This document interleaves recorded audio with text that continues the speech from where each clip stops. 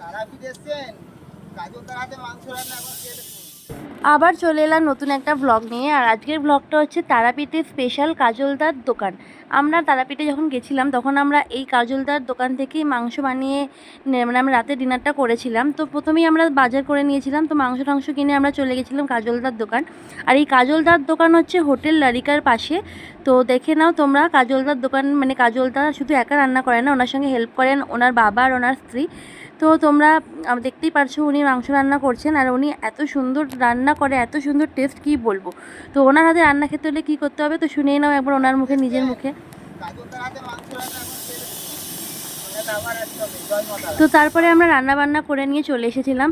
আর আমরা রাতে রান্না করেছিলাম চিকেন কষা আর রুটি, সবটা ওনার দোকান থেকেই কিনেছিলাম। তো তোমরা যদি তারাপীঠে গিয়ে না ওনার হাতে রান্না খেতে চাও তাহলে ওনার সাথে যোগাযোগ করে নিও, স্ক্রিনে নাম্বারটা দেওয়া আছে। তো আজকের ভিডিওটা এখানেই শেষ করছি, দেখা হচ্ছে পরের পার্টে। ততক্ষণ ভালো থেকো, সুস্থ থেকো, আর আমার ভিডিওটা ভালো লাগলে প্লিজ সাবস্ক্রাইব করে দিও। টাটা।